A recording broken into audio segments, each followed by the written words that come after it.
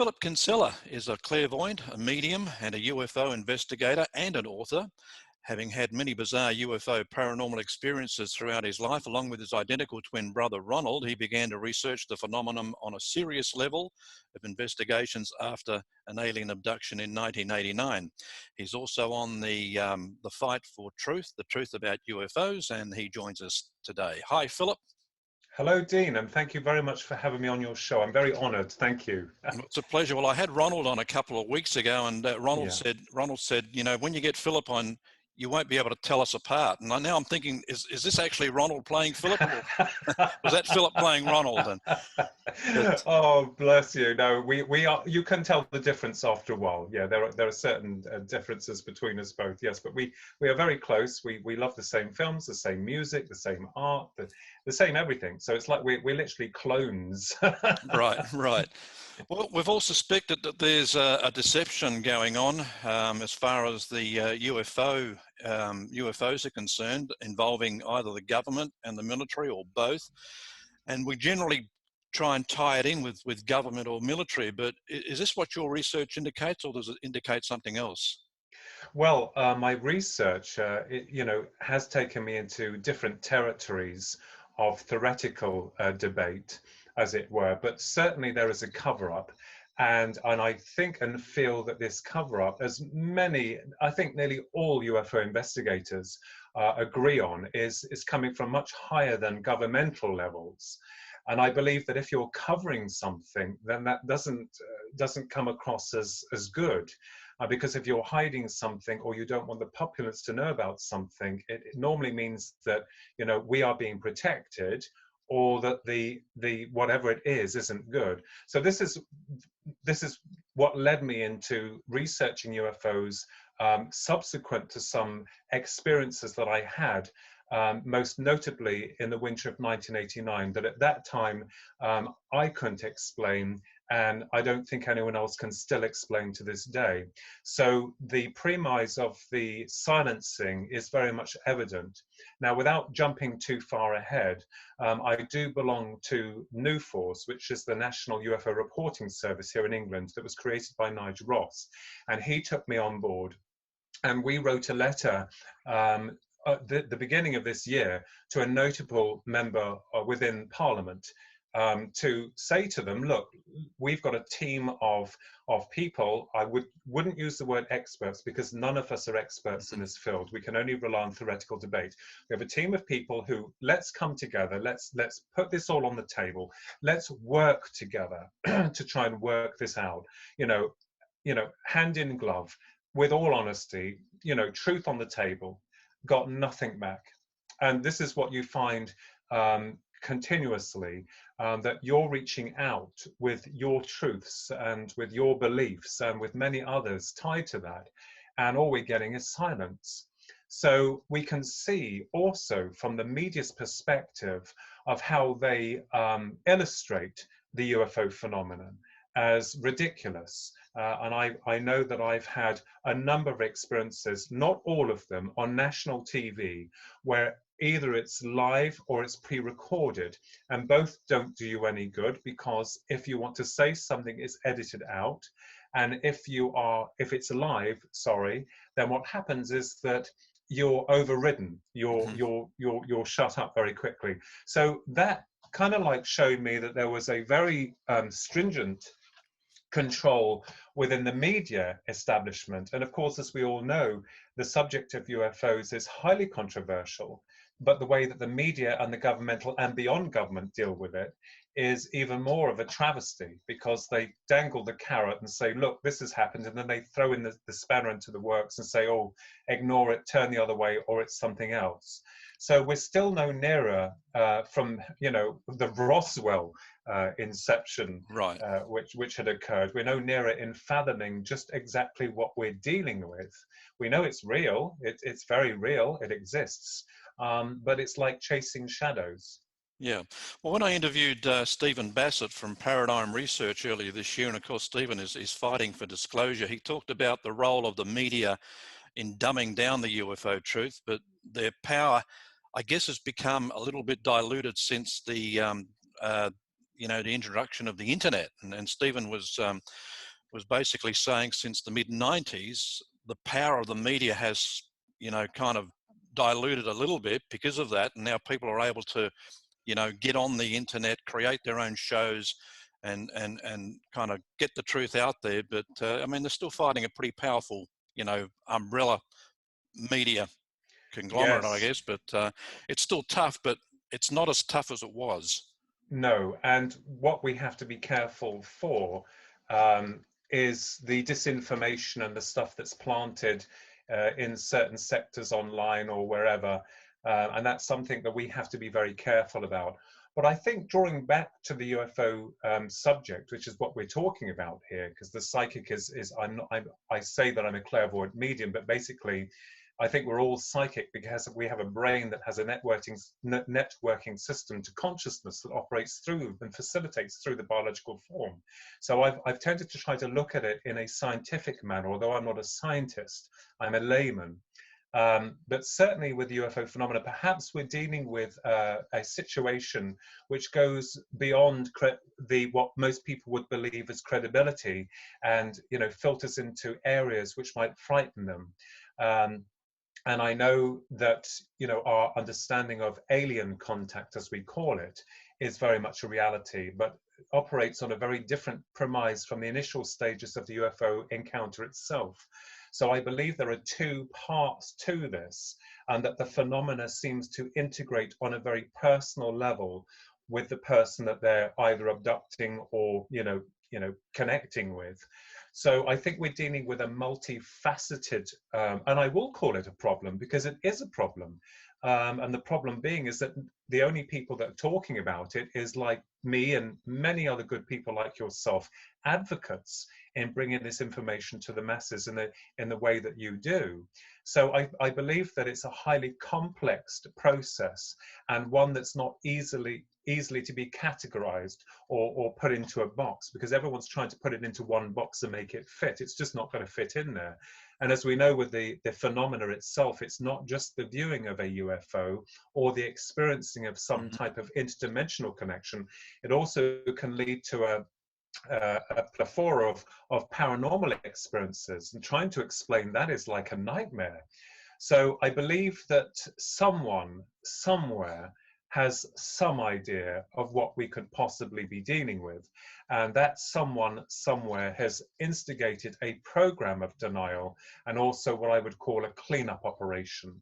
And that's been going on, that's been evident for decades. So nothing much has changed there. But the beautiful thing is that we are pushing forward, trying to formulate new conclusions, new theories, new dynamic models of what we could be dealing with. And certainly with regards, and may I use the word, the Greys, because they were the ones that had been instrumental within the 1989 event that I had experienced, and which I suffered for within the media outlets back then, the national media. But it's they are the ones that I primarily focus on, because I can only talk from, if I dare say, use the word experience. Right. So I think when you've had an experience, when it has affected you, and people are telling you that it's all in the mind, that it's fantasy. Well, as I said before, I wanted to go into that and to see whether or not this is real.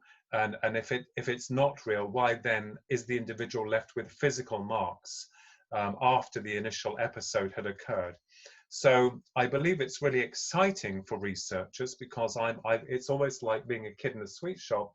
You have a taste of something, it wasn't very nice, but it's like it left a bittersweet taste in my mouth, and I want to go for it now because I want to find out what that is. And this is where this has led me after all these years later, in trying to fathom out what we are dealing with. And I've met some, and I'm connected with some amazing people that I'm so honored and so, awed, which is Yep. wonderful. Yep.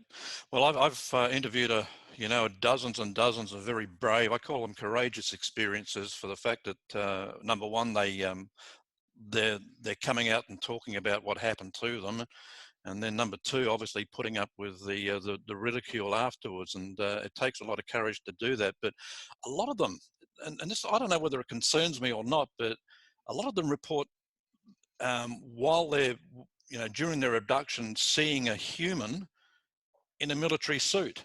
And I don't know whether you hear that sort of thing as well. I have heard about it, but that is not what I saw. So I've heard it many times before, of the military involvement with regards to the UFO phenomenon. There are arguments stating that it's the military staging this to make it look like an abduction, or that the military are working in coalition with a faction of what we would call extraterrestrials. There are many debates about that, and I will not discount any of them because I do not have the authority to do that, because I can only talk from experience. One of the things I do know is that the Greys are real, whatever reality they profess to come from, wherever they come from, they are real, and that the experience itself is extremely overpowering and very distressing. I know people have good experiences, some people have bad experiences. And this is where we have to be very, very careful, because there is a group of people who believe in the love and light aspect. That's fine, that's wonderful. But you also have to deal with those who have had not such a good ride along the way. And I was one of those individuals. And I remembered that I was told by another couple many years ago that the only reason I had a negative abduction, and by the way, the only one that I vividly recall, there may have been another one, there's no proof of that happening. When I say proof, I didn't see any Greys, but something happened that was very strange. And people can claim all sorts of things and profess this or that, or I am not one of those persons. I will report only what happened as to the best of my knowledge. But I deal with the negative side. So going back to your question, it would not surprise me if the military industrial complex had some kind of connection with these Greys. I can't prove that, but I do believe that they must know something. And there is this, my idea in my romanticized version is that they fell out. Right. And the Greys are like, Kathleen Marden, God love her, who is the niece of Betty and Barney Hill. We did joke once when, we agreed there could have been a rogue set of Greys running around like bad cowboys. We have to have a sense of humor with this. Yep. But it is interesting. But no, it wouldn't surprise me at all.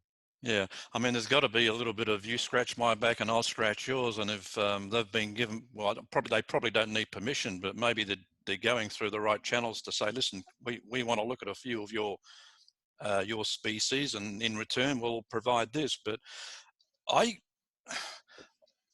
published a couple of stories earlier this year. One on an experiencer who's having a devil of a time with Greys, and I titled it, Evil Grey Aliens. And the second was about an experiencer who reported that the Greys are fascinated by human souls. Yes. And hence their fascination with us. Yes. Would that make sense? Yes, I believe so. I mean, after the initial abduction in 1989, it's too long-winded to go into here. It has been recorded. For my own sins, I didn't want anyone really to know about it, but it all broke out back in the early 90s when I belonged to UFO Group. But the Greys fascinated me. And in 1996, I had, amazingly, what I can only call as a download. And I used to, laugh at people. Oh, I've had a download, like something from Star Trek. Well, it happened. I was at work and I was trying to work out what the Greys were, where they come from, why they're here, what they're doing, why they're doing what they're doing. And this information, or this knowing, crept into my head, and I wrote it all down on a piece of paper. I went home, I typed the whole thing up, and it was published in 1996 by a magazine named, a big one called Alien Encounters. Mm-hmm. And they entitled it as revolutionary within its speculation. It was called Spirits in a Material World. And the way I saw it was that, I have been heavily attacked with regards to the theoretical aspect of that. But I think that the Greys represent more than just spacemen. I think we're dealing with something far more complex in terms of their, what they are. because they're able to pass through walls and doors. And that was one of the questions I wanted to ask one of the entities through the abduction, of how they were able to do that, how they were able to get me through walls and doors. And this led me to speculate about the soul, because, you know, dealing with the subject matter, we are humans, we exist, and we reproduce. My belief is that it doesn't end there. My belief is that the soul incarnates, goes through a process of reincarnation, and we, as the developing, you know, body and the soul, go through each incarnation before we return back to source or wherever. I'm not going to get into a debate. I'm not religious like holier than thou. I'm just taking a practical approach to this. So there had to be meaning to life and meaning to the structure of what we represented on a spiritual level. I don't believe that we're robots, come in and then we die and that's it. Makes no sense to me. So I was wondering why it was the Greys were interested in reproduction, because the Greys come across as very prosaic in nature. They don't understand about time, of color, of taste, of smell. They seem to be devoid of the very attributes of what we represent, and they cannot reproduce. But I was curious as to why the Greys were interested in human reproduction. And this led me into an area of understanding that perhaps, and not with all of them, because there are different factions of Greys, I'm sure, just as there are different factions of human beings. But was it possible that the Greys were cloned souls that, you know, basically have found a species that can replicate through a process of incarnation and reincarnation? For instance, if Dean, I cloned you in a laboratory, literally copy for copy, you in a laboratory, and I made 100 copies of you, physical copies of you. When you die, your soul, hopefully your whole personality and all that you represent as the original copy, will return back to the other side. The debatable question is the clones. They will live, they will grow, they will develop, but when they die, the question is, if the copies are not strong enough, they may not be able to link back to where you came from. So ostensibly, when they die, we're talking about lost souls, you know, gravitating onto a different dimension that it cannot access the gateway to the other side. So it's possible that the Greys, and how they do it is interesting, because they may have grouped themselves together as a hive mind consciousness within their ethereal state. Remember, when we're talking about life after death or an ethereal state, it is real to them because they're matched by the vibrations or density of that environment. It's like the signals to your mobile phone. You know, people know, but it's it's applying your physical hardware to download its information that you send out and get in. So as a biological entities ourselves, we are basically biological mechanisms for experience and memory and for living in this matrix. So if the Greys had cloned themselves from their original masters and they had died, those clones have no way, they're basically spiritual stagnation.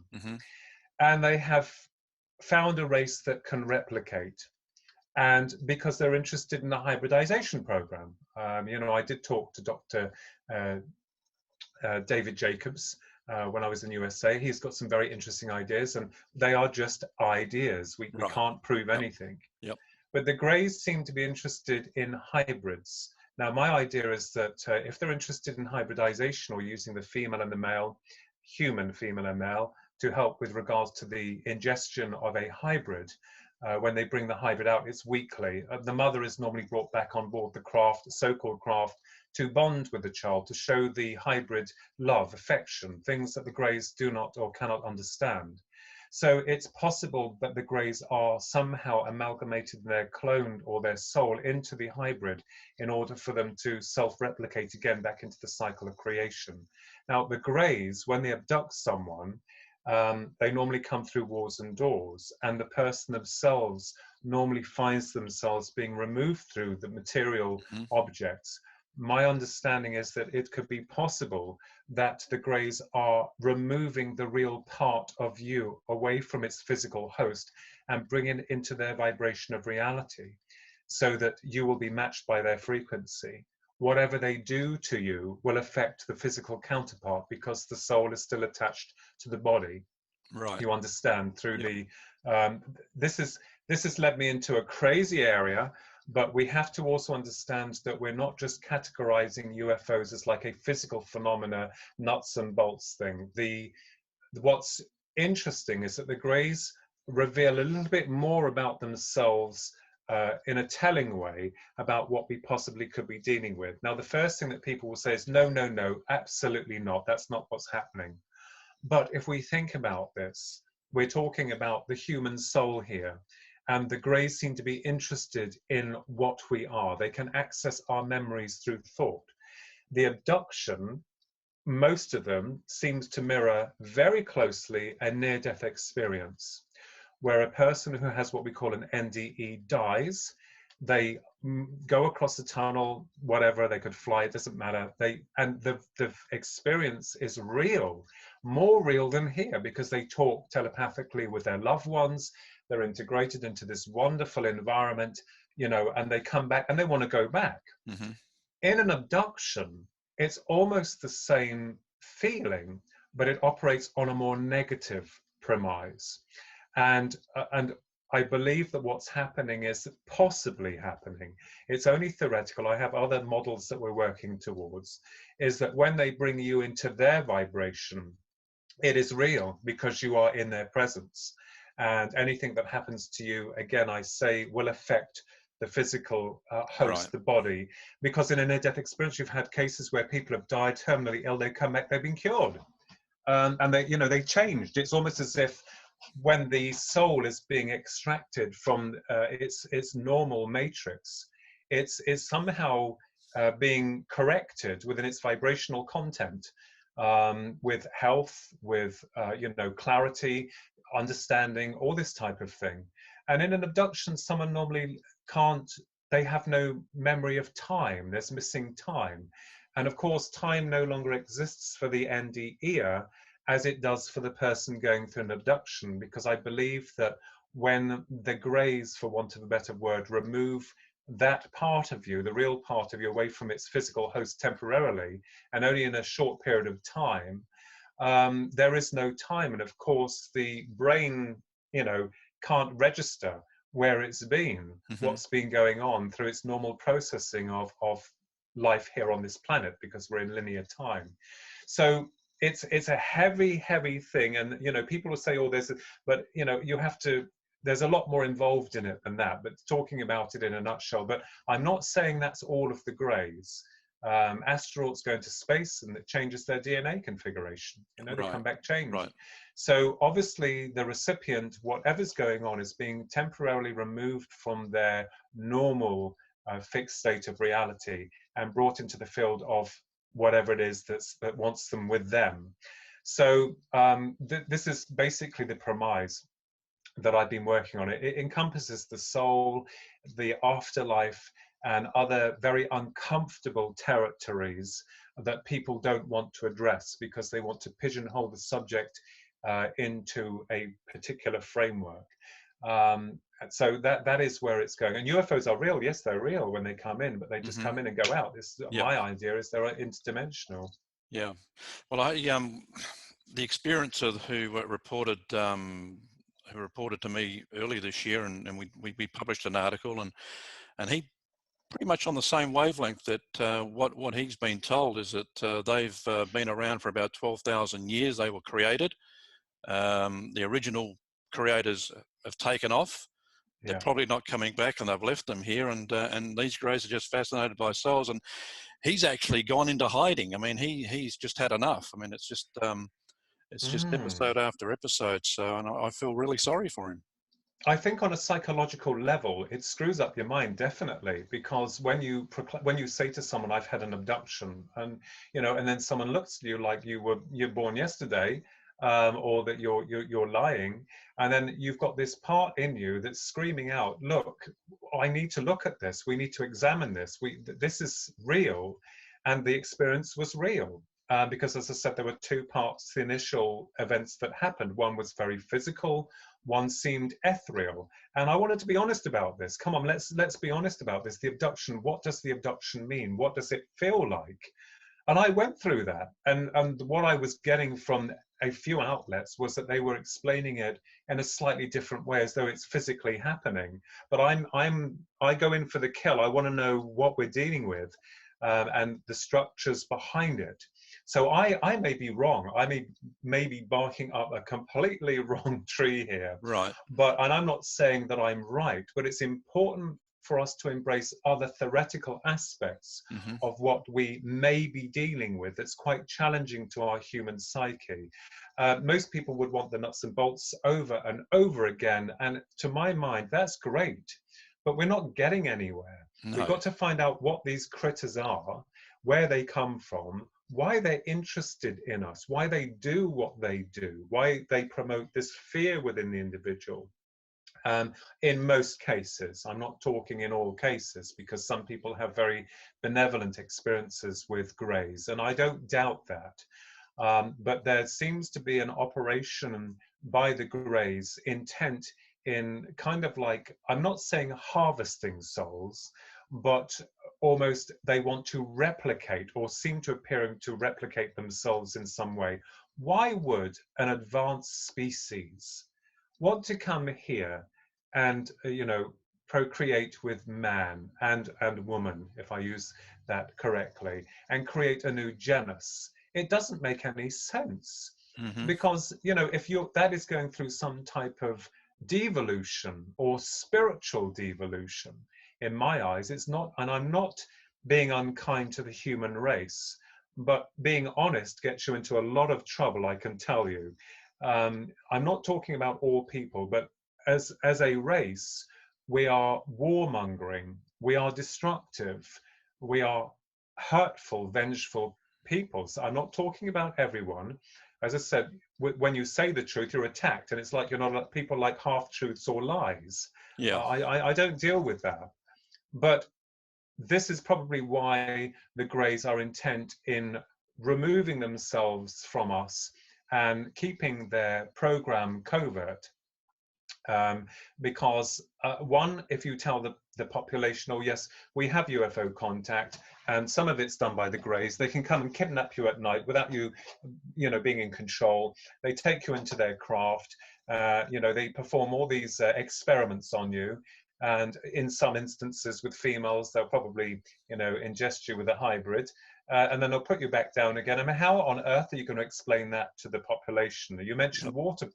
water crisis. Everyone will be out buying water or petrol or diesel or whatever. Right. So it's a really very highly structured, very complex, and very delicate area to move into when you're dealing with the UFO phenomena. So it's not just one aspect. Yeah, yeah. I did use that term harvesting of souls in one of the articles, which I got a little bit of grief for from a few people from the the love and all everything's good You aspect. will. But I mean, You I will. expected it, but you can only tell, you can only report what you're told, and I find it hard to believe that there are only good experiences. But I just wanted to change tack slightly. When I interviewed Ray Hernandez, who's the co-founder of the Edgar Mitchell Foundation for Research on Extraterrestrial and Extraordinary Experience, and he said in an interview with me that these people are not just having UFO contact experiences, they're having near-death experiences, out-of-body, UFO contact, remote viewing, ghosts, spirits, poltergeist, orbs, channeling, hallucinogenic journeys, and more. So they're having non-human intelligence contact in all of the ways that I've just mentioned, and he said that they're all interrelated. Yes, I totally agree with him. I totally agree, because I've always thought that we've been looking at the subject into a narrow field. We need to explore outside the territories. Now, the human brain is basically a modulator for consciousness. My understanding is that we can program the human brain, but at the end of the day, you are you. You have your own structured belief system. Once that is shattered, once that is connected with I would say here, higher intelligence, and removes you from the normal matrix or understanding of what you are, that changes a lot of things. And this is what happened with me. After the initial abduction, I then got involved with a lot of psychic stuff. I went to go and see a medium only because my maternal grandmother had passed, and I was a very hard person. And the medium didn't know me from Adam. I'm not going to go into detail with this, but my God, she blew me away. And she said, "You're a medium." And I said, and you'll laugh at this. I said, "You mean I'm a freak as well?" She knew about the UFO experience. That wasn't even publicized, and she knew about that. And she said, and this is what happened. So I believe that when the gateway to the brain or has been opened, then the mind is able to facilitate more. Whether or not the mind is able to process that information as correctly as it would like to. But certainly the UFO phenomena brings in all these other subject matters. Life after death was one of my big things. UFO and abduction is also a big thing. And I knew there had to be a connection between the two, because the death experience with consciousness, with who you are, with where you come from, that your purpose here, to me, to die and nullify conscious awareness didn't mean anything to me. I was like, I can't accept that. That we all lose people we love. Yeah. Where do they go? And then on top of that, we have the UFOs. Yep. And it's like, hang on a minute, just what's going on here? So I believe that the system that we are in has done its damnedest to dumb us down, to program human consciousness to believe that this is our only reality, and anything which is outside of that is not real. And yet people are coming forward saying, hang on just a moment, it is real, and they're slapped down. But what is wonderful is that many people can come together in groups, like this here, like your wonderful program and programs of similar make, and talk about it. I'm not talking about those who are disinformers or fraudulent or Yep. fake or lie. I think we can quite work out most of those people. But generally speaking, this does seem to encompass a whole new paradigm of human conscious understanding that we're still trying to understand. Yeah, for sure. I had a really good discussion with a paranormal investigator recently, Pamela Nance, and Pamela was telling me about a couple of haunted houses that she and her partner investigated, and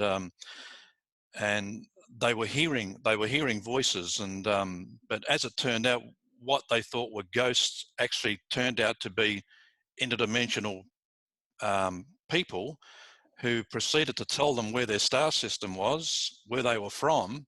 They couldn't see them, they could just hear them, but they were there. So I'm thinking, a lot of people that report ghosts in their house perhaps are actually reporting interdimensional beings. Yeah, I mean, the thing is, it's possible because I always see them as interdimensional. I'm not going to go into the theory of space travel or space flight in the conventional method where we're using fossil fuels, well, allegedly still. But I do believe that perhaps such entities may have found a way to project themselves into our reality.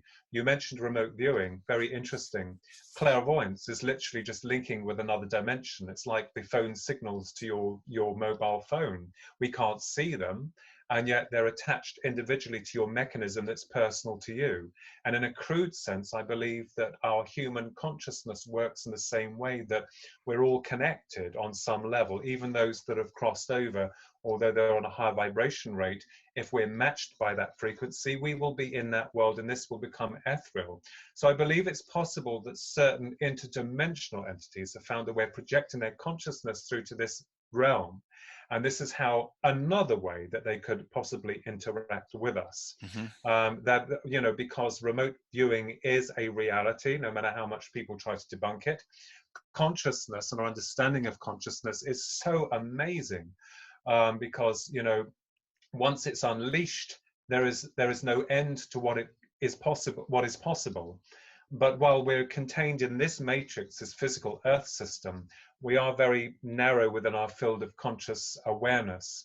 And I believe that what happens is that many people who are going through a UFO experience or an abduction, it's not just happened, normally you'll find there is a history of repeated contact that the individual had not been aware of, and certainly within within the genealogy of their family, within the linkage of their family lines as well. So my grandmother was psychic, my maternal grandmother, and my brother and myself as young kids with her was witness to a silver orb the size of a football in broad daylight. And she, and still people say, they look at you incredulously, but when you are met with that phenomena, when it is in your presence, there's no way of describing what's going on in your head other than what is that? And your mind is saying it is not real. The last experiences that we had, thank God, were recorded by my niece. It's a long story I won't go into, but on the 9th of April, 2016 at 11, quarter past 11 at night, cold, clear night, my brother and I were met with 3 massive, huge spheres that were hanging above my car. We'd seen them in the distance come back from friends after an early birthday meal, and my niece had clocked them because she went onwards from our friends and filmed them. So they've been analysed, and that will be mentioned in that's in the next book. But it is interesting. I feel that, you know, I just think it's fascinating. But there must be a personal connection on some level of psychic integration, because they seem to know a lot about us. Yeah, well, I was going more than we know about ourselves, I think. That's I was going to ask you, because I mean, with both you and Ronald having experiences, you know, was there a history of that in the family? And then with your psychic ability, that they must be able to sense that you can almost relate to them on their terms. Well, if that's the case, then the buggers haven't been back. If Right. I know, but as I said, we're all important. I'm just after the truth. I want the truth, whatever truth that form comes in. I don't care. I want it.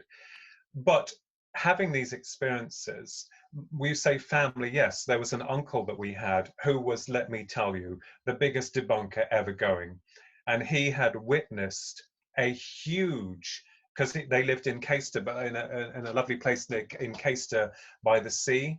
And he used to take his dog out for a walk, and he saw this huge cylindrical UFO coming out of the ocean. And as it came out of the ocean, all these small orbs were coming out and going into the underneath of it. And they had to call the doctor out, because when he got home, they thought he was going to have a heart attack. And I will never forget the look on my Uncle Bob's face when he looked at me and he said to me and my brother, "I've witnessed a UFO." I nearly dropped down dead. Oh, wow. So was your main experience, was that like the tipping point for you to go after the truth? Yes, 1989 was. And I think the experience itself, which I suffered for, kind of, one of the shows definitely, was very disturbing and very, it was too much. And I think when you've been through that experience, it changes you. And, you know, and I think ever since that happened, it was the intrusive medical investigation that was being administered, and that was hard. And you know, people laugh and they joke and they point the finger and they say all this type of thing, and you I hope to God, I just pray, even if they laugh, that never happens to you. Yeah. Because let me tell you, in that situation that I was in, I have never felt fear of that kind before. But saying that now, and after all these years of trying to come to terms with it, there are some patterns that another brilliant researcher called Pierre Sabak, and he has been working with me, and he found patterns, correlations to the unfolding events as they occurred that I even missed. But you see, that's why it's important to be honest and truthful and black and white with what you go through, what you see, because that is very important, because you may miss something that someone else will say, hang on just a minute, this thing did the same thing as your brother. And it's like there's a correlation between the two, and that's like, I never saw that. I never realized that. Hmm. So I think on a personal level, that is why I wanted to find out what was going on and why people would jeer and laugh. And that I understand is the media's definition of how they understand the subject matter. For instance, if you go to Wikipedia, any famous UFO event, you will find a very derogative narrative on there. So you can see that, and you know, if there's a UFO program that someone's watching on YouTube, if you can find them today, Hmm. they have, you know, Wikipedia's definition, so the person can click on there and then go to what they're saying it is, which is negative. So Yeah. we can see Yeah. that we've had a war on our hands. It's really exhausting, but I'm a fighter, mate, and I'll keep fighting. I'm not going to give up. I'm glad to hear that. Oh Yeah, no. yeah, that's all part of the like the media. The media trying to prevent people from knowing the truth. I mean, it's happened. It's happened here in the lead up to the election, with one side getting all the Oh yeah. media favor, and the other side basically having to try to find Yes. a way to get their message We've out. heard all about that here. Yeah, Yeah. but all right. Well, let's change tact here before we close. Rendlesham Forest. Now, everyone has heard the Rendlesham Forest story with Jim Penniston, Oh yes. but you've had your own Rendlesham Forest experience. Yes, so several. The main one was I actually co-authored a book with the original investigator into it, Brenda Butler. The book came out from Capelban Publishing Limited. They brought it out in 2013. I think it's unavailable now because all the copies have sold. But we, under the recommendation of Peter Robbins, cut a long story short, told us to go there. Me and my brother and my good friend Susan used to make exploits up there. It took us 2 hours from Bedford to Suffolk, and we would, you know, see what was going on. And we had a lot of very weird experiences. The one that topped it all was that we had performed an experiment a week before. Don't laugh. We tried it, and it worked. So we were at home in Bedford, and we, you know, sat in a circle, and we said, you know, I heard the record, sorry, not record, the song. We lived in the time of records, calling occupants from interplanetary craft from Karen Carpenter. And I thought, what a good idea. So I'll try it. So we sat in circle, and we sent, you know, we're coming over there next week. We want you to show us you. Please appear. And we got nothing back. So we went there. The following week, it's all been dated and catalogued, and I think they made a small, Neil Geddes Ward, a good friend of mine, a paranormal investigator and author, an artist, had done a YouTube thing on it, spent a lot of time there as a computer graphics designer, create the UFO. So we went there, and we then went into the farmer's field, which you could then, and half the field was crop and half of the field was dirt. This is just, you know, within the forest, but there's a part where there's a farmer's place there. So I'm in my big cream jumper going out there with a pair of dowsing rods to find out where in this field I feel like I need to sit while they crossed over. Did they cross over on their own? I have no idea. I just thought this is a good place to sit. It was, if I remembered, 9:45 at night, 9:45 p.m. when we sat down in this field, and with the moon out and the stars, and we sat there and we meditated, saying, you know, come along, show yourself. And it was when we'd finished the meditation, I think it was 7 minutes past 10, when we suddenly caught sight of a red light that seemed to be coming in where the farmer's home was. Right. And of course, he doesn't take too kindly to people being his field, you know. So this light was coming forward, and we started to run back to the edge of the forest, and I stopped and I realized that a car light is not red and there's only one of them. Well, we stood there and watched this light come forward, not too close to us. We could see it moving like a Catherine wheel. It wasn't like a direct Catherine wheel, but it was a red light that seemed to be spinning. And then it shot really fast across the other side of the field. And I thought, oh my God. Well, that was not the end of it, because exactly, that was at 7 minutes past 10. At exactly 10:15, there was a flash of light. I find it difficult to describe. At the distance, there was a flash of light over some trees. It was a blinding light, and there in front of us was a pyramid shaped object. Mm-hmm. It had a gap and a circular undercarriage that was disc shaped. They were separated. So this pyramid is above the trees, way above the trees, and it starts to spin around. It was like light colors, orange, Wow. yellow, Yeah. and underneath was a gap, but the circular undercarriage was turning the other way as though it was like a clock, you know, like the old clocks. Yeah. Yeah. But there were banks of blue lights around the circular undercarriage. Now, it looked like a witch's hat, but it was, well, anyway, made no sound. And we got the binoculars, and I'm shouting to the others, tell me that is a pyramid. Tell me it has a circular undercarriage to it. Tell me that it, and I went off. I was towards it. And I remembered that I ran through, half the field was dirt, half was crop, which I was now running through. The others were shouting for me to come back, more concerned that I don't know what they thought would happen. My jeans got soaked because of the dew from the plantation, and I got near and I could see it. And as I got underneath it, I tripped, and it went out like a light, and I came down hard. I took in a load of dirt, spat it out, began to cry, and then laugh because I thought, oh my God, no one is going to believe this. I then contacted the next day a famous UFO magazine, spoke to a person called Bream Forbes, don't know who he was, asked us to send all the details, which we did, heard nothing, contacted the magazine again. There was no one of that name. No conspiracy. I don't know what happened. But that is what happened. You know, people say holographic imagery, rubbish. I'm sorry. Why would the military waste a lot of money and time on three? We're not insignificant, but in the grand scheme of things, insignificant people, you know, how would that benefit us? But I will tell you that's what happened. And it seemed to me that with regards to and Jim, by the way, Jim Pennant, he is a really awesome guy. I would have the utmost respect for him. But it's almost as if, because it doesn't make the front page or anything, and I'm not interested, it's insignificant. But it's something that I will never forget. And I feel honored that that happened. So there was obviously some form of psychic integration. I felt none of it. Yeah. But, you know. But how old were you?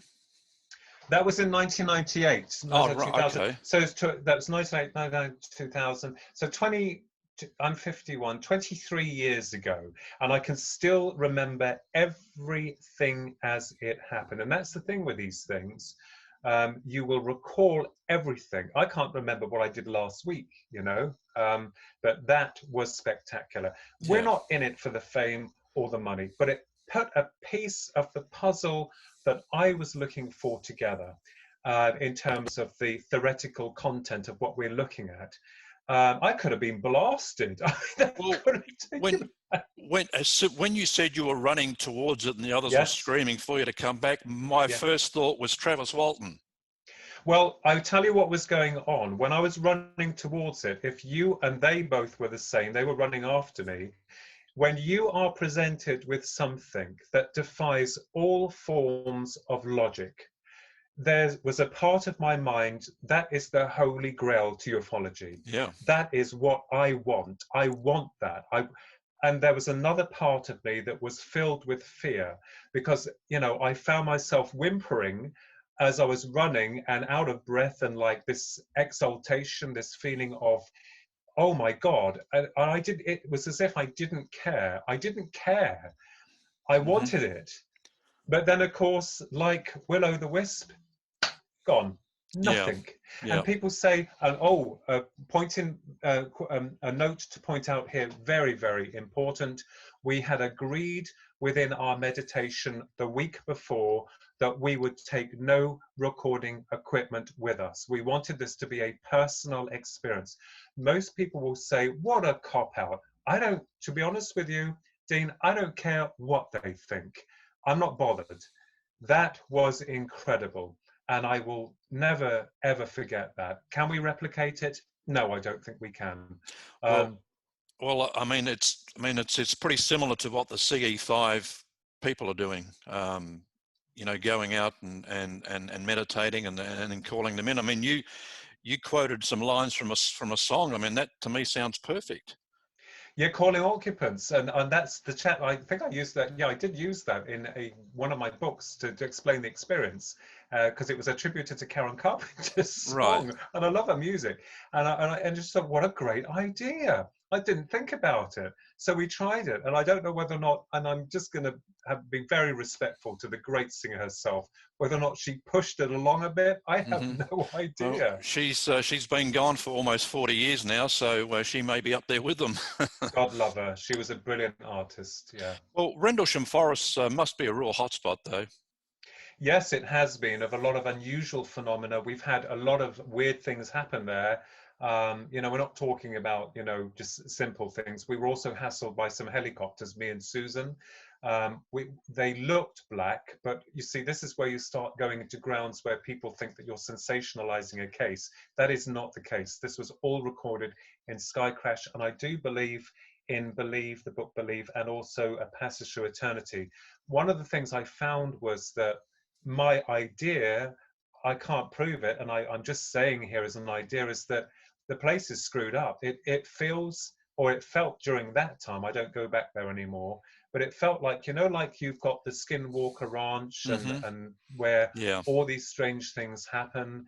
I just got that feeling with regards to the place that it's not just about the UFOs, a lot of paranormal stuff. And there was one time where we were very upset because we'd gone to our normal place, our viewing place. We put our blanket down, we had our flasks and our backpacks, and then I used to smoke, or dare I say it, I used Hey. to go out for a fag and come back. But when we left we view UFOs if they come along, which was very rare, or to see what was going on.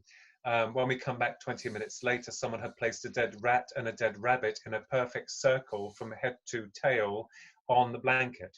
And they were fresh. And we decided to leave that night because that was nasty. I didn't check to see, I didn't want to check to see if there was anything, how they died, how they'd got themselves in a position of a complete circle from nose to tail. Hmm. Um, my first reaction was horror because someone had put them there, and Yeah. someone that tells you they want you off, or they. And I don't think it was the farmer. He would just come out and say, "Oh, clear off." We weren't even on his property at that Right. time, Right.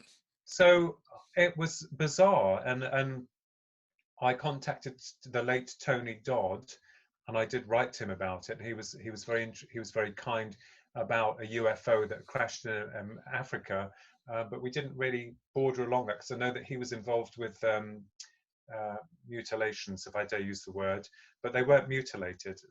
I didn't see any holes in them; they were just placed there. So we went back again. So that's just one of the most disturbing times that we had there. Yeah. Um, Last question, almost out of time. And I've asked a lot of people this question, and I love the different range of responses that I get. Everyone's got a thought, but uh, what do you think the world would look like post disclosure if it ever happened? Well, I think it would be a pretty amazing place because the admittance that there are other dimensions of reality, I think that we would deal with the negative ones, or if we were that advanced within the stage of disclosure, then during that disclosure, there would be an itinerary or a program from the higher establishments to inform the public of what we are really dealing with. If there are negative ones, the only way to learn to understand something is by studying it, and Hmm. that's what all of us ufologists have been trying to do, because there's no one else in the top sectors willing to share that. Or they'll come out now and again and they'll go renegade. Wonderful, we love that. But I think the world will be a very different place because the systematic control of consciousness, the enslavement of our spirit, and it is enslavement, Hmm. because the system has done its damnedest to bog us down with this, learn this, learn that, work, toil the soil, pay your debts, pay a house that you're hardly in for the rest of your life, and then die. And I think that a lot of people will be liberated because they will know that there is more to our human existence and the planet Earth, that there is much more out there. That would be amazing. But I just have a feeling, I may be wrong, but I don't think or feel that's going to happen just yet. Yeah. So things like finally we'd be free to use free energy, for example, and Oh yes, yeah, money absolutely. would become a thing of the past. Why do we need money? I mean, it's like Star Trek. Gene Roddenberry had the most wonderful idea. You know, you perform a service, you do the service that you enjoy doing, or to a degree enjoy doing, and you get rewarded by being fed and clothed. And if you want something, perhaps, you know, there's a loaning service, or, you know, you're allowed to watch whatever. I think it's amazing. And people say it can't work. It can work. Hmm. But the unfortunately higher echelons, money, greed, power, control is what's hijacked this planet.